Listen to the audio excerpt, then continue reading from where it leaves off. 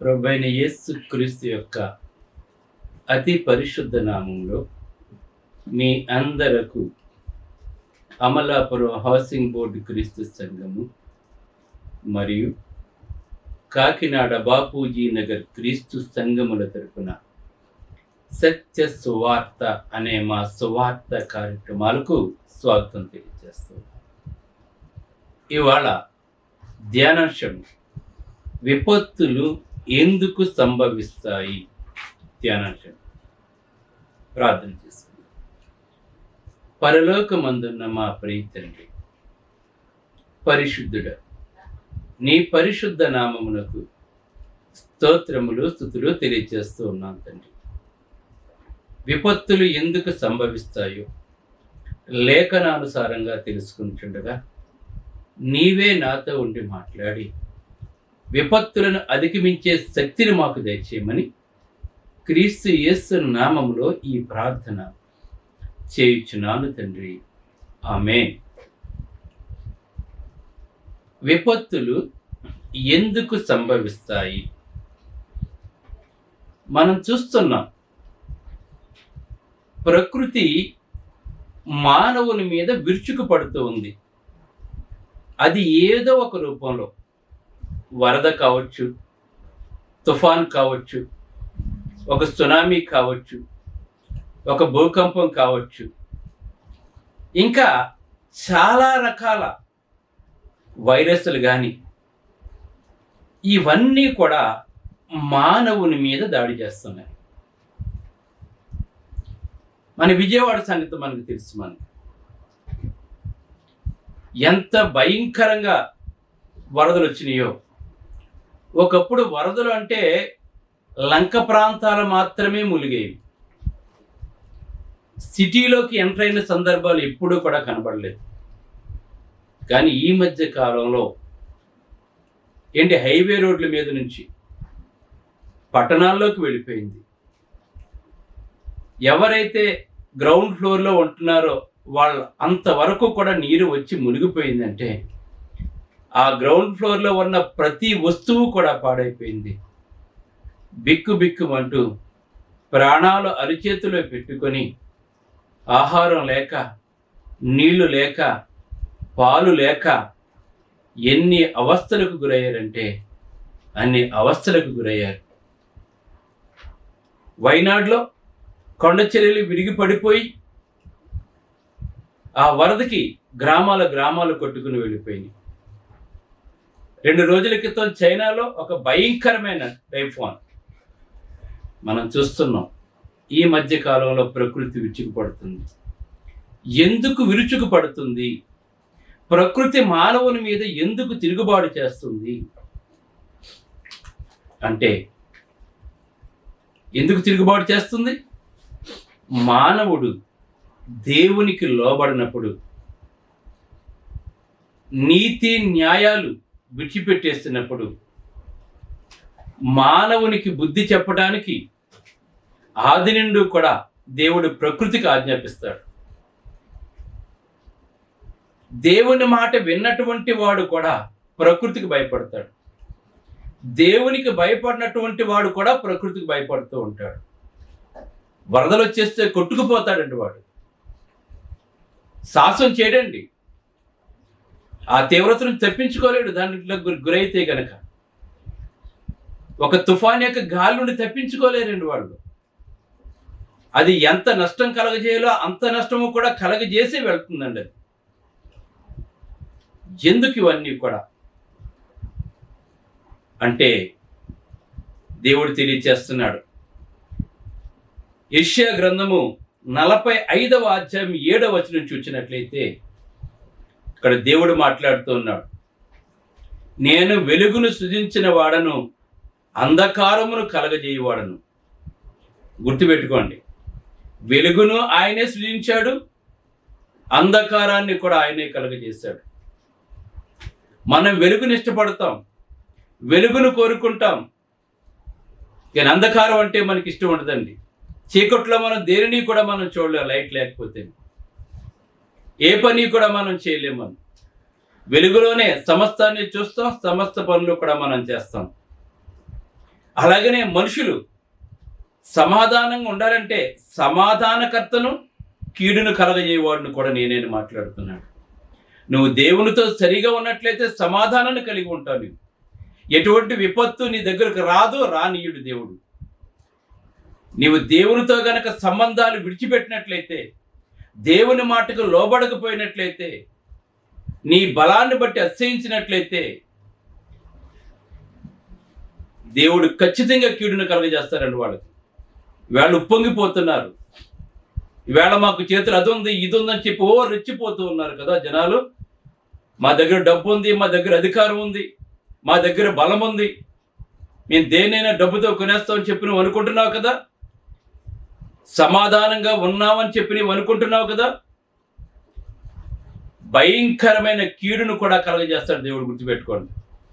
నువ్వు దేవునికి లోబడకపోతే, విచ్చలవిడితనంతో కనుక జీవించినట్లయితే, అడ్డు అప్పు లేకుండా నువ్వు విర్రవీగిపోయినట్లయితే దేవుడు కీడును కలగజేస్తాడండి. దేవుడు చూస్తూ ఊరుకోడండి. దేవుడు ఒకప్పుడు ఊరుకునేవాడు, ఇప్పుడు ఊరుకోవడం లేదు దేవుడు. ఇంకా మన జీవితంలో బ్రతికి ఉంటే ఎన్ని భయంకరమైన సంఘటనలు చూడవలసి వస్తుందో, అటువంటి భయంకరమైన సంగతులను చూడకుండా ఉండాలి అంటే, ఆ భయంకరమైన విపత్తుల నుండి నువ్వు తప్పించుకోవాలి అంటే, మహోన్నతుని చాటున నివసించి వాడే సర్వశక్తిని నీడను విశ్రమించేవాడని చెప్తున్నాడు. ఎవరి వలన రక్షణ కలగదు ఒక్క యేసు క్రీస్తు నామాన్ని తప్ప. ఆకాశం కింద ఉన్న ఏ నామాన్ని రక్షణ లేదు ఒక్క యేసు క్రీస్తు నామాన్ని తప్ప. యేసు క్రీస్తులో ఉన్నటువంటి వారే సురక్షితంగా ఉంటారండి. వాళ్ళు సమాధానాన్ని కలిగి ఉంటారండి. వాళ్ళు అందుకే సమాధానమును కీడును కలగజేయవాడని నేనే, యెహోవాను నేనే, వీటన్నిటిని కలగజేయవాడని చెప్పి మాట్లాడుతున్నాను. కొంతమందికి దేవుడు ఎలా చేస్తాడా, మనం దేవుని బిడ్డలమైతే దేవుడు ఎలా చేస్తాడా, ప్రేమ గల శ్రద్ధ గల తండ్రి ఏ కారణం చేతైనా ఎవరిపైన విపత్తుని కలగజేస్తాడా అని మనకు అనిపించొచ్చండి. నువ్వు దేవుని మాట వినకపోతే, దేవుణ్ణి పట్టించుకోలేకపోతే, సృజించిన దేవుణ్ణి కాకుండా నీ ఇష్టమైన మార్గంలో నువ్వు వెళ్ళిపోతూ ఉంటే ఆయన చూస్తూ ఊరుకుంటాడని చెప్పి అనుకుంటున్నావా? ఎట్టి పరిస్థితుల్లోనూ కూడా ఊరుకోడు దేవుడు. దేవుడు సహించాడు, పాపాన్ని సహించాడు. దేవుడు దేన్నైనా సహిస్తాడు. కానీ ఎక్కడైతే పాపం పెరిగిపోతుందో, పాపం పెట్టరేగిపోతుందో అక్కడ పతనం స్టార్ట్ అయిపోతుందండి దేవుడు.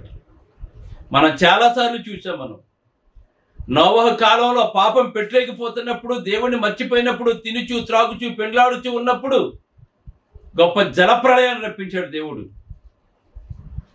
కొట్టుకుపోయారని అందరూ కూడా. దాంట్లో సొదొమ గొమొర్రా పట్టణ ప్రజలు దేవుని విసర్జించి భయంకరమైన మనస్తత్వాన్ని కలిగి ఉన్నప్పుడు అగ్నిగంధకాలు కురిపించాడు దేవుడు. ఇశ్రాయేలు తప్పు చేసినప్పుడు భయంకరమైన తాపకరమైన సర్పాలను పంపించాడండి దేవుడు. సమాధానము కలగజేయవాడు ఆయనే, కీడును కూడా కలగజేయవాడు ఆయనండి. ఆకాశము ఆలకించుము, భూమి చెవియొగ్గుము, నేను పిల్లల్ని పెంచి పెద్ద చేసిన వారు నా మాట వెంటనే తిరుగుబాటు చేస్తానని చెప్పి దేవుడు మాట్లాడుతున్నాడు, ప్రకృతితో మాట్లాడుతున్నాడు దేవుడు. కనుక నీకు సమాధానం కావాలంటే నువ్వు క్రీస్తుని వెంబడించు, దేవుని మార్గంలో నడు, దేవుని వాక్యానుసారంగా జీవించు. నువ్వు వెలుగులో జీవిస్తూ ఉంటావు. అంధకారం ఎట్టి పరిస్థితుల్లోనూ నీ జీవితంలో ప్రవేశించదు. కీడు ఎంత మాత్రము కూడా నీ జీవితంలోకి రాదండి. దేవుడు తెలియచేస్తూ ఉన్నాడు.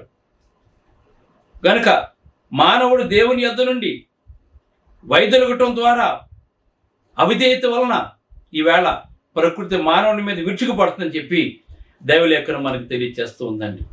ఇంకా కనుక మనం చూసినట్లయితే 2వ దినవృత్తాంతములు 7వ అధ్యాయం 19-22 కనుక మనం చూసినట్లయితే, అయితే మీరు త్రోవ తప్పి నేను మీకు నియమించిన కట్టడలను ఆజ్ఞలను విడచి, ఇవాళ చాలామంది దేవుని యొక్క కట్టడలను విధులను విడిచిపెట్టేసి దేవుని మార్గములో త్రోవ తప్పి, దేవుని ఆజ్ఞని విడిచిపెట్టి ఇతర దేవతలను అనుసరించి వాటికి పూజా నమస్కారములు చేసిన మనుషులను పెళ్ళగించినను చెప్తున్నాడు ఇక్కడ. మిమ్మల్ని పెళ్ళగించదని చెప్తున్నాడు ఇక్కడ. మిమ్ములను పెళ్ళగిస్తానని చెప్తున్నాడండి దేవుడు ఇక్కడ. నువ్వు జీవముగల దేవుని ఆరాధించకపోయినట్లయితే ఈ కీడంతయు వారి మీదకి రప్పిస్తానని చెప్పి మాట్లాడుతున్నాడండి ఇక్కడ దేవుడు. కనుక సమాధానం కలగజేయవాడు ఆయనే, కీడును కూడా కలగజేయవాడు ఆయనే, వెలుగును అంధకారంను కూడా కలగజేసినటువంటి వాడు ఆయనే. ఇవన్నీ కూడా పక్క పక్కన ఉంటాయి. నువ్వు దేవునితో కలిసి జాగ్రత్తగా జీవించినట్లయితే నువ్వు సమాధానం కలిగి జీవిస్తావు. దేవుని తోడు, దేవుని కృప నీ మీద ఉంటుందండి. యెరికో పట్టణాన్ని నాశనం చేసినప్పుడు రాహాబు అనే వేశ్య దేవుని గురించి ఎరిగి, మీ దేవుడు గొప్పవాడు, మీ దేవుడు చేసిన కార్యముల గురించి మేము విన్నాం, మీ శత్రువులకు దేవుడు ఎంత గొప్ప కీడు చేశాడో మేము విన్నప్పుడు మా గుండెలు పగిలిపోయినాయి. కనుక ఈ పట్టణాన్ని దేవుడు మీకు అప్పగించబోతున్నాడు. ఈ పట్టణం మొత్తం నాశనం కాబోతుంది. ఈ పట్టణంలో ఉన్న వాళ్ళందరూ కూడా హతులు కాబోతున్నారు. కనుక ఈ పట్టణాన్ని మీరు నాశనం చేసిన జ్ఞాపకం చేసుకుంటారా అని చెప్పి అన్నప్పుడు ఆమె జీవము గల దేవుని వైపు తిరిగింది. గనక యెరికో పట్టణాన్ని నాశనం చేసినప్పుడు దేవుడు ఆ రాహాబు అనే వేశ్యను తన కుటుంబీకులందరినీ కూడా కాపాడాడు. వారి నేటి వరకు కూడా ఇశ్రాయేలుతో సజీవంగా జీవిస్తున్నారండి. ఆ పట్టణం అంతా నాశనం అయిపోయినా కూడా ఆమె కాపాడబడింది. ఎందుకు కాపాడబడింది? దేవుని తెలుసుకుంది.